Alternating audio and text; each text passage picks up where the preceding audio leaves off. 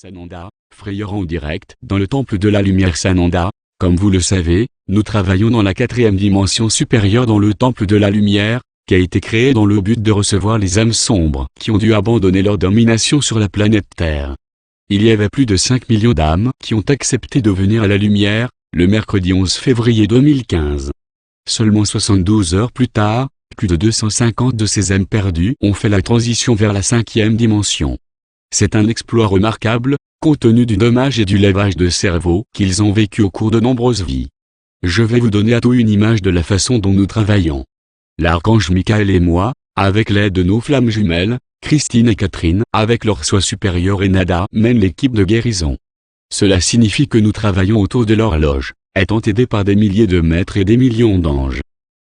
Certains des maîtres ont quitté leur bureau dans d'autres galaxies et univers pour venir aider aussi longtemps qu'ils le peuvent. Sanakumara, Dieu ton Père, est ici avec nous pour un peu de temps pour servir à sa bien-aimée Nada, et de contribuer de son habileté avec la transformation des émotions et des pensées sombres. Sa flamme jumelle, Lady Venus/Mère Dieu, est restée dans le nouvel univers afin de poursuivre son travail là-bas pendant un certain temps. Vous pouvez être amusé à en apprendre davantage sur nos interventions initiales et très efficaces avec les âmes souffrantes.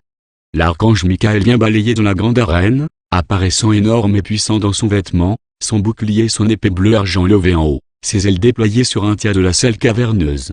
Comme les âmes étourdies se débattent avec incrédulité, la reconnaissance et la peur, j'apparais ainsi, dans les robes simples que je portais lorsque j'étais Jésus. Tous les deux nous flottons au-dessus d'eux, faisant briller notre lumière à travers toute la salle, entourant chaque âme, et puis je descends au sol pour contempler chaque âme, la souffrance, les toucher délicatement lorsque c'est nécessaire. C'est le début de la session de guérison. Nous l'appelons choc et crainte. Une fois que nous avons leur attention soutenue, nous procédons avec les sessions, parlons personnellement avec chaque être, rayonnant notre lumière à chacun d'entre eux. Nous sommes rejoints par les légions d'anges et de maîtres, de sorte que tout le monde peut être servi avec soin et l'attention individuelle. Nous passons plusieurs heures, puis nous nous retirons pour une courte pause pendant qu'ils absorbent les leçons apprises. Nous varions la présentation initiale pour chaque session. Parfois, Mère Marie ou Raphaël apparaissent en haut, ou un défilé des sages dépeint par vos maîtres bien-aimés, bien sûr, ou une énorme chorale d'anges se matérialise au-dessus d'eux. À la fin de la journée, ils sont témoins de l'apparition de la source, également en robe flottante, entourée d'une lumière blanche presque aveuglante, qui les rassure et les réconforte et les encourage à ouvrir leur cœur et les esprits de vivre l'aventure la plus exquise de leur vie. Ils plaisantent même avec eux au sujet de l'ensemble du processus étonnant qu'ils éprouvent. C'est une invitation irrésistible à se joindre à la lumière, de notre point de vue, mais bien sûr, il faut de nombreuses répétitions et des assurances pour élever leur vibration. Nous utilisons des images familières pour communiquer avec eux, pour commencer à ouvrir leur conscience à la vérité que la vie dans la lumière est réelle, que nous sommes des êtres bienveillants, et qu'ils peuvent profiter de la même connexion glorieuse à Dieu que nous la sentons. Il faut plusieurs séances avant même de commencer à se concentrer sur nos communications personnelles. Nous leur enseignons les bases de la spiritualité, les vérités fondamentales sur la vie dans les dimensions supérieures, dont la plupart d'entre eux n'ont pas connu depuis de nombreuses générations. Ils doivent découvrir que Dieu est vraiment miséricordieux, que le pardon est le début d'une nouvelle croissance, et que l'amour est l'essence de la force de vie à travers le multivers. Ce processus de compensation et d'élévation qui se passe autour de l'horloge. Nous sommes très heureux avec les changements que nous voyons qui ont lieu dans les attitudes et le niveau de compréhension des âmes les plus sombres de la planète.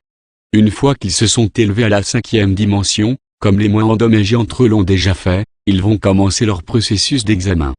C'est quand vous allez commencer à voir les effets du programme sur le comportement de leur corps humain toujours sur la Terre.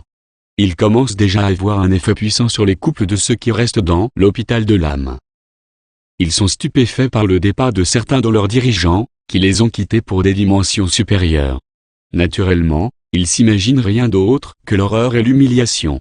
Ce sera un élément puissant du programme lorsque le premier retour des convertis pour rassurer leurs frères qu'il n'est pas seulement sécurisant de s'aventurer dans la dimension supérieure, mais ils y trouveront un effet paradisiaque.